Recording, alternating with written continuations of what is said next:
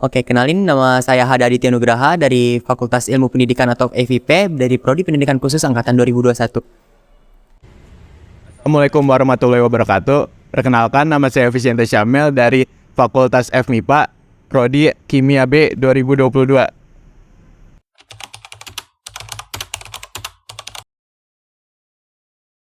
Kalau untuk masuk ke prodi aku sendiri sih jujur ada 3 ya, kayak di fakultas yang lainnya aja ada SNM, SBM sama Mandiri. Udah situ aja. Kurang lebih sama kayak Prodi Humas. Di Prodi Kimia ini juga bisa masuk lewat dari SNMPTN, SBMPTN, dan Mandiri.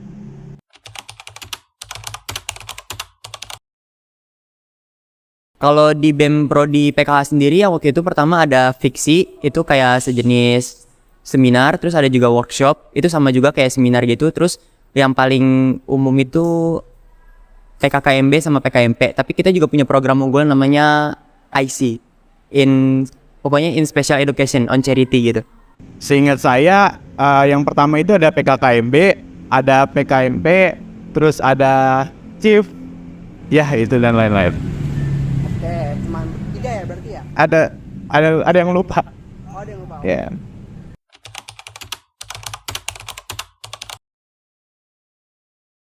Kalau kultur kurang lebih nggak ada sih ya, karena kan emang cewek semua kebanyakan ya. Apalagi kan kalau di prodi aku sendiri, untuk di angkatan aku deh khususnya itu cuma 6 orang doang cowoknya gitu. Oh gitu? Iya. Dikit ya? Dikit banget. Nggak ada kultur yang khusus banget sih kalau di PKH mah. Kalau saya tanya dari dosen-dosen sih, di kultur FMIPA ini kebanyakan dibilangnya itu santrinya UNJ. Jadi banyak-banyak yang perempuan-perempuan tuh pakai pakaian gamis dan lain-lain. Pesantren UNJ gitu.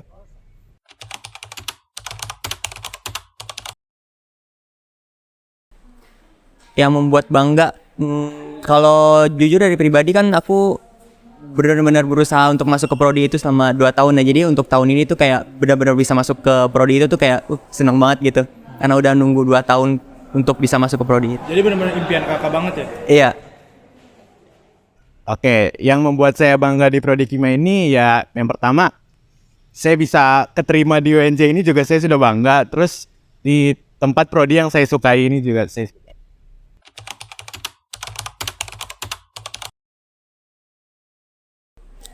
Kata-kata yang sempat terlintas itu pokoknya beda banget. Keren. Sulit, karena kimia itu sulit sekali. Ada kata-kata lain nggak? Udah sih itu aja.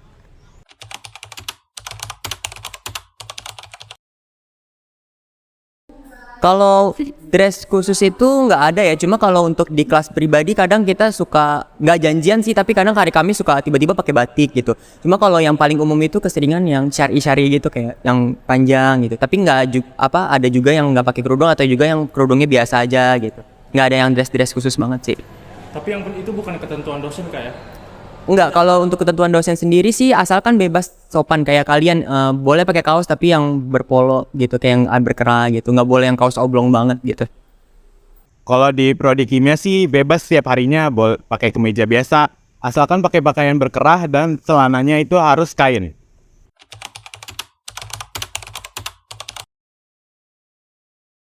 Kalau untuk kelas-kelas lainnya sih kurang tahu ya, cuma kalau untuk kelas aku sendiri sih ada ya, karena kan kita emang sempat ngerencanain banyak jalan-jalan juga gitu. Terus kalau untuk sifatnya wajib atau enggak, dibilang wajib sih ya enggak, cuma kan kita suka rela gitu. Tapi tetaplah sama aja sistemnya kayak waktu kita SMA ditagih-tagihin juga sama bendahara kelasnya gitu.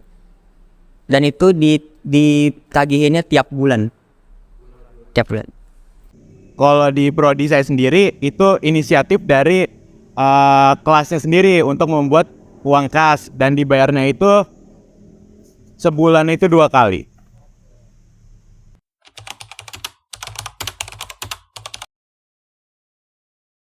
Kalau circle-circle pasti sih nggak mungkin nggak ya, apalagi kan ya namanya juga orang kan pasti bergaulnya sama orang yang sepahamnya aja gitu sih. Udah sih itu deh.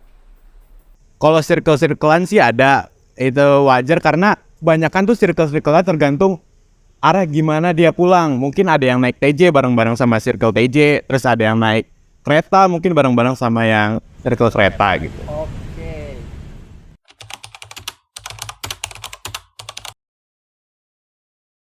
Oh, kalau di VIP itu ada namanya pohon DPR di bawah pohon rindang gitu. Jadi tapi pohonnya itu nggak cuma satu, jadi dia berjajar banyak. Kalau kita kan prodi PKA ada pohonnya di tengah-tengah. Kalau yang kayak prodi-prodi lain kayak TP itu pohonnya, ini pohon TP, ini pohon MP gitu. Jadi kita tetap nongkrong di situ, nugas di situ, ngapain di situ, gue main. Kalau di prodi kimia ini di FMIPA juga kayaknya nggak ada deh. Kalau nongkrong tuh biasanya kantin dekat gedung FMIPA tuh di Daksin. Apa nama kantinnya? Daksin.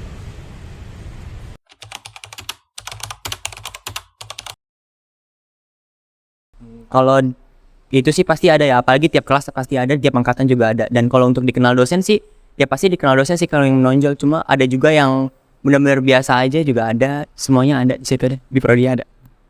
Menonjolnya di gimana nih? Atau di tentang akademik? Jadi sebuah kebanggaan dosen ataupun sebagainya dalam hal apapun gitu.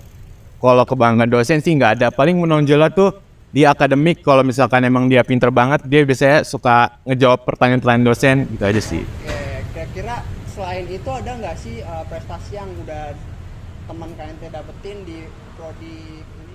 Kalau itu saya kurang tahu.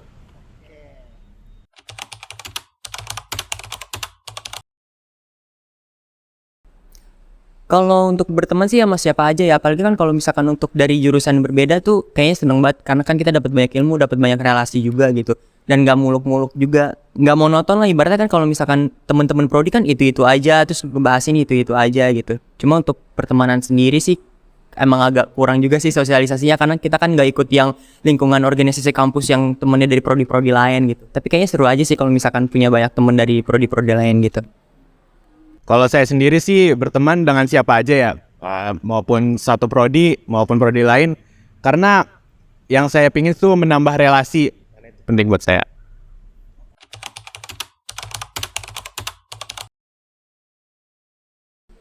Kalau sistem pembagian kelas sih untuk MKDK sih kita tetap ya per kelas gitu. Tergantung KRS dosennya tuh seberapa. Cuma kalau untuk MKU-nya ini kita kecampur sama prodi-prodi lain dan paling sering itu sih ya sama PGSD sama Penmas gitu. Dan kalau untuk tetap sih per kelas kalau sistem KRS-nya gitu. Sistem kelasnya per kelas gitu. Kuliahnya. Tetap ya setiap semester gitu. Iya, tiap semester.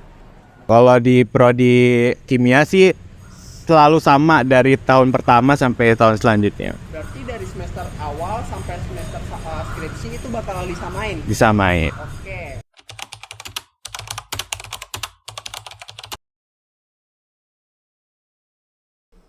Kalau itu sih nggak wajib ya, cuma kadang kita kalau misalkan ada dosen atau misalkan teman-teman yang lagi nongkrong di pohon ya pasti kita kan papasan juga sama mereka dan kita tuh kadang nggak langsung lewat nyelonong aja, kita juga langsung nyamperin mereka gitu. Meskipun kita lagi buru-buru kita sempet-sempetin juga untuk nyapa mereka meskipun cuma say hi doang sih. Itu sih itu aja kalau misalkan di. Kalau itu sih harus, apalagi ke dosen gitu kan, harus 5S. Terus ke teman-teman juga selalu menerapkan 5S itu. Oke, mungkin sekian pertanyaan yang bisa kami sampaikan. Kalau ada salah kata atau perkataan dari kami, mohon maaf. Oke, nggak apa-apa, santai Terima aja. kasih sudah meluangkan waktunya untuk kami wawancara ya, Kak. Oke, sama-sama. Terima kasih banyak, Kak. Sama-sama.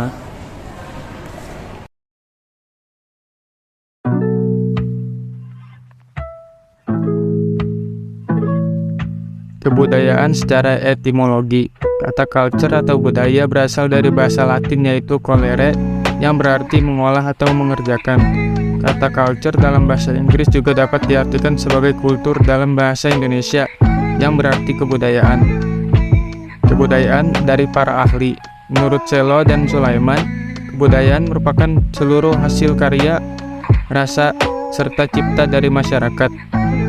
Kebudayaan menurut Ki Hajar Dewantara, buah budi dari manusia yang muncul karena adanya hasil alam serta kodrat masyarakat, juga bentuk dari kejayaan dari masyarakat yang mampu mengatasi kesulitan-kesulitan serta menjadi awal dari munculnya tata tertib di masyarakat. Kebudayaan menurut Kunjaraningrat, kebudayaan merupakan keseluruhan dari perilaku makhluk seperti manusia serta hasil yang dapat diperoleh makhluk tersebut melalui berbagai macam proses belajar serta tersusun dengan sistematis dalam kehidupan bermasyarakat. Oke, kita lanjut ke pola tematik. Ini adalah suatu pendapat eksplisit atau implisit yang mendorong aktivitas dan mengontrol perilaku kita dalam berkomunikasi dengan manusia yang beragam berbudaya. Pendapat ini biasanya secara diam-diam disetujui dan secara terbuka dipromosikan dalam masyarakat. Contohnya seperti misal pendapat yang bilang bahwa orang Padang itu pelit, dan juga ada yang berbicara bahwa orang Batak itu galak-galak dan juga kasar-kasar. Tetapi semua itu belum tentu benar adanya, hanya karena kita mendengar lalu memiliki kesimpulan dan penilaian seperti itu terhadap mereka. Selanjutnya, ada tema integratif, yaitu dalam budaya merujuk pada pola-pola yang membantu mengintegrasikan nilai-nilai, norma-norma, dan praktik-praktik dari kelompok-kelompok sosial yang berbeda dalam masyarakat. Contohnya adalah makanan. Makanan dapat berfungsi sebagai pola integratif dalam budaya, karena makanan seringkali merupakan bagian penting dari identitas budaya dan dapat menghubungkan orang-orang dari berbagai kelompok sosial melalui kecintaan mereka terhadap makanan tertentu. Kebudayaan jelas atau overt. Kebudayaan jelas adalah kebudayaan yang memiliki karakteristik yang khas dan mudah dikenali. Hal ini dapat dilihat dari ciri-ciri, nilai-nilai, norma-norma, dan tradisi-tradisi yang khas dan melekat pada kebudayaan tersebut. Kebudayaan jelas juga dapat dilihat dari bentuk-bentuk ekspresi seni dan budaya yang khas seperti tarian, musik, arsitektur, dan lain sebagainya. Contohnya kebudayaan Jepang yang memiliki ciri-ciri seperti tata krama yang sangat penting dan kesederhanaan dalam gaya hidup, serta seni dan arsitektur tradisional yang khas seperti bonsai, origami, dan pengendap. Oke, kita beralih ke kebudayaan tersembunyi. Kebudayaan tersembunyi adalah aspek-aspek kebudayaan yang tidak mudah terlihat atau dipahami oleh orang luar yang tidak familiar dengan kebudayaan tersebut. Aspek-aspek ini bisa berupa nilai, norma, kepercayaan, atau praktik yang hanya diketahui atau dijalankan oleh kelompok-kelompok tertentu yang ada di dalam masyarakat. Sebagai contoh, beberapa masyarakat yang ada di Indonesia terdapat praktik-praktik adat yang hanya dilakukan oleh orang-orang tertentu dalam masyarakat, seperti pemilihan pemimpin adat atau upacara-upacara keagamaan yang hanya boleh dihadiri oleh orang-orang tertentu saja. Menurut para narasumber kami, terdapat pola kebudayaan yang menjadi ciri khas dari fakultas dan prodi mereka, yaitu seperti di prodi pendidikan khusus, rata-rata pelajarnya ini adalah wanita. Dan kalau di FIP sendiri, adanya tempat nongkrong namanya DPR atau di bawah pohon rindang. Jadi biasanya suka ngobrol, ngerjain tugas, mereka pada ngumpul di situ. Lalu di FIPA dan FIP sendiri menerapkan kebudayaan 5S. Dan di FIPA sendiri adanya gerakan setengah 7 malam di FIPA ini. Yang artinya di atas jam setengah 7 malam ini, secara otomatis para mahasiswa, khususnya nih yang perempuan, akan langsung dari kampus. Sebenarnya budaya ini bagus karena secara gak langsung melindungi kita ini, terutama bagi para perempuan dari kejadian yang tidak diinginkan. Oke guys, setelah kita mendengar paparan materi dari kelompok kami, dapat disimpulkan bahwa secara garis besar itu kebudayaan memiliki arti, yaitu cara hidup yang berkembang dan dimiliki oleh seseorang atau sekelompok orang dan diwariskan dari generasi-generasi, namun tidak turun-temurun, dan diartikan sebagai hal-hal yang berkaitan dengan budi dan akal manusia. Kebudayaan itu sendiri dibagi menjadi dua, yaitu kebudayaan jelas dan kebudayaan tersembunyi.